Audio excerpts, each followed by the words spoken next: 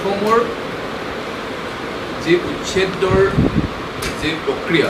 doctor Himanta Biswa Sarma ডাঙৰীয়াৰ যে সাহসিক পদক্ষেপ এই পদক্ষেপৰ লগত গাজা আৰু পেলেষ্টাইনৰ ঘটনাসমূহ সংলগ্ন কৰি মেহমুদ মাদানীয়ে অসমৰ স্বাভিমানক আঘাত হানিছে আৰু সেই কাৰণে তেওঁক গ্ৰেপ্তাৰ কৰিবৰ কাৰণে আমি দাবী জনাইছোঁ জমিয়তে অসমৰ সমস্যা মুছলমানৰ চশমাৰে চাব বিচাৰিছে অসমৰ সমস্যা খিলঞ্জীয়া অসমীয়া হিন্দু মুছলমান তথা ভাৰতীয় মূলৰ জনসাধাৰণৰ সুৰক্ষিত ভৱিষ্যতৰ দৃষ্টিৰে চাব লাগিব আপোনালোকে যদি এটা কথা চাই তেতিয়াহ'লে দেখা পাব যে এই উচ্ছেদক বাধা দিবৰ কাৰণে এই উচ্ছেদ যাতে ডক্টৰ হিমন্ত বিশ্ব শৰ্মা ডাঙৰীয়াই অত্যন্ত শক্তিশালী ৰূপত চলাই যাব নোৱাৰে তাক যাতে বিঘ্নিত কৰিব পাৰে তাৰ কাৰণে মেহমুদ মাদানীয়ে এই ধৰণৰ অসম বিৰোধী মন্তব্য কৰিছে গতিকে তেওঁক নিশ্চিতভাৱে অসম আৰক্ষীয়ে অতি শীঘ্ৰে তেওঁৰ ওপৰত গোচৰ ৰুজু কৰি নিশ্চিতভাৱে তেওঁক গ্ৰেপ্তাৰ কৰিব লাগে আৰু শাস্তি বিহিব লাগে আৰু অসমীয়াৰ স্বাভিমান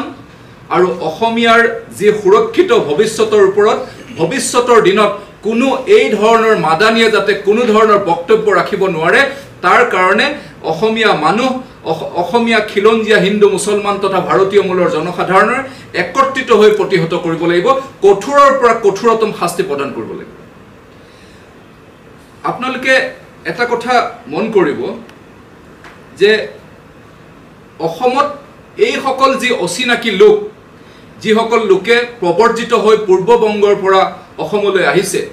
এই সকল লোকে অসমত এখন কংগ্ৰেছ AIUDF ৰাইজৰ দল আৰু জাতীয় পৰিষদৰ এখন যৌথ চৰকাৰ হোৱাটো বিচাৰে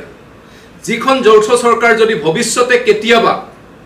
নিশ্চিতভাৱে নহয় কিন্তু ভৱিষ্যতে কেতিয়াবা যদি আমি কল্পনাতীতভাৱেও যদি ভাবি লওঁ তেনেকুৱা এখন চৰকাৰ হ'ব তেতিয়া হলে সেইখন চৰকাৰৰ কিন্তু ৰাজনৈতিক উপদেষ্টা হ'ব আৰছাদ মাদানী আৰু এই মেহমুদ মাদানী আৰু তেতিয়া অসমীয়া খিলঞ্জীয়া অসমীয়া হিন্দু মুছলমান তথা ভাৰতীয় মূলৰ জনসাধাৰণৰ অস্তিত্ব নিশ্চিতভাৱে বিপদাপন্ন হ'ব আৰু যিসকল অচিনাকি লোক তেওঁলোকে আমাৰ ৰাজনৈতিক অধিকাৰ অৰ্থনৈতিক অধিকাৰ আমাৰ যি সুৰক্ষিত ভৱিষ্যতৰ কাৰণে সকলো ধৰণৰ ক্ষেত্ৰতে তেওঁলোকে অগ্ৰাধিকাৰ পাব আৰু এটা কথা যদি আমি চাওঁ তেতিয়াহ'লে দেখা পাওঁ যে এই যি